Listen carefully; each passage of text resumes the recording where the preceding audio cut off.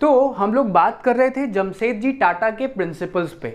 देखिए जमशेदजी टाटा आप समझ सकते हैं उनके विजन और प्रिंसिपल्स को उस समय से ही। उनका प्रिंसिपल ये था कि सोच लीजिए वो कहते थे कि your satisfied workers only create satisfied workers. What a statement is this. Your satisfied workers multiply satisfied workers, मतलब ये कि आपके क्या जो लोग काम कर रहे हैं अगर वो सेटिस्फाइड है तो वो और भी एम्प्लॉयज आपके यहाँ ऐड करेंगे। तो ये इस बात से आप उनके विजन को आज भी टाटा फॉलो कर रही है। अगर आप ये किसी से पूछते हैं कि ऐसी कौन सी कंपनी है जो हर एक एम्प्लॉयज का आप क्यों कहे कि ड्रीम होता है वहाँ काम करना, तो वो बोलेंगे टाटा। वो क्या बोलेंगे? टाटा। इसीलिए क्योंकि टाटा उनको हर एक बेनिफिट देती है जिसके लिए एम्प्लॉय जो है वो किसी भी ऑर्गेनाइजेशन में काम करना चाहते हो, जिससे कि उनका पर्सनल ऑब्जेक्टिव पूरा हो सके। तो हर एक और एम्प्लॉयज़ का ये ड्रीम होता है कि वो टाटा जैसी कंपनी में काम कर सके। तो उस समय ही जब कंपल्सन गवर्नमेंट का नहीं था कि एम्प्लॉयज़ को सिक्योरिटी दिया जाए, उस समय ही जमशेदजी टाटा ने सिक्योरिटीज़ देना स्टार्ट कर दिया था कि किसके तौर पे? ग्रेच्युटी के तौर पे, प्रोविडेंट फंड के तौर पे, ताकि एम्प्लॉयज़ का भी ध्यान रखा जा सके। तो इसका मतलब ये है, आप समझ सकते हैं कि जमशेदजी टाटा का प्रिंसिपल कितना ज़्यादा जो है वो फ्यूचरिस्टिक था और आज के डेट में वो प्रैक्टिकल भी टाटा अपने यहाँ अपने ऑर्गेनाइजेशन में अप्लाई कर रही है।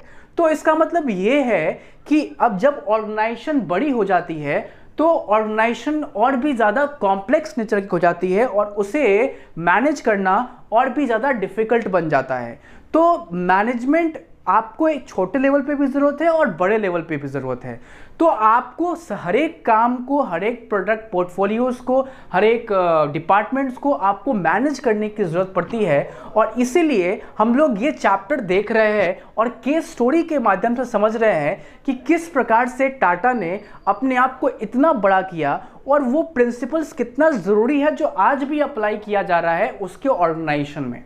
तो देखिए जब ऑर्गेनाइजेशन बड़ी हो जाती है तो उसकी कुछ रिस्पॉन्सिबिलिटीज़ भी रहती है जिससे कि वो समाज में भलाई कर सके।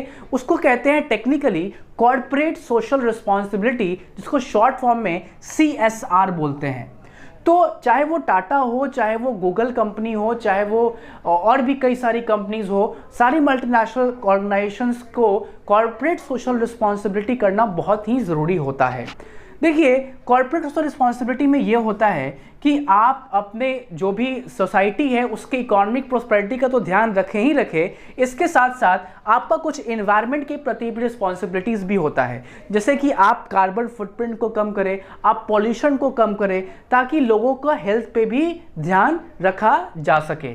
इसके साथ साथ टाटा इन चीज़ों पे तो काम कर ही रही है। इसके साथ साथ आप देख सकते हैं टाटा यूनिसेफ से मिलकर के चिल्ड्रन सस्टेनेबिलिटी के लिए भी काम कर रही है, जो कि चिल्ड्रन राइट्स मतलब बच्चों के अधिकार पे काम करती है।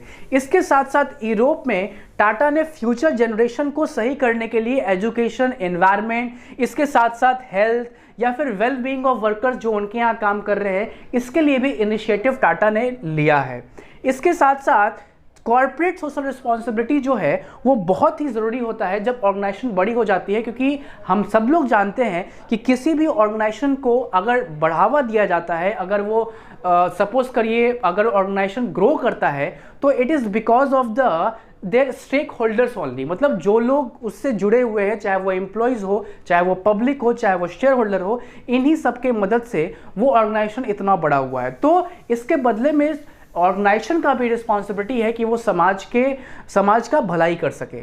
तो आप देख सकते हैं अपने पोर्टफोलियोज़ में, अपने प्रोडक्ट सेगमेंट में टाटा ने कई सारे अच्छी कंपनीज़ को भी, जितनी भी कंपनीज़ है उनका हाई स्टैंडर्ड रखा है, चाहे वो स्टील की हो, चाहे वो फ्यूल एफिशिएंट व्हीकल्स हो। तो इन सारे चीज़ों को लेकर के टाटा ने अपना एक बेंचमार्क निश्चित किया है अपने इंडस्ट्रीज़ में। तो इसका मतलब ये है कि टाटा ने अपने ट्रांसपेरेंसी से ह्यूज प्रॉफिटेबिलिटी अर्न किया है और एम्प्लॉयज़ को एफिशिएंसी, इफेक्टिवनेस और कोऑर्डिनेटेड एफर्ट का महत्व बताया है। तो एफिशिएंसी, इफेक्टिवनेस और कोऑर्डिनेशन क्या है, ये हम लोग अपने नेक्स्ट वीडियो में देखेंगे। आप मुझे बताएं कि आपको ये वीडियो कैसा लगा। अगर आपको ये वीडियो अच्छा लगा तो जरूर चैनल को सब्सक्राइब करें, लाइक करें और अपने बिजनेस स्टडीज क्लास 12 के प्रिपरेशन को बूस्टअप करें। धन्यवाद।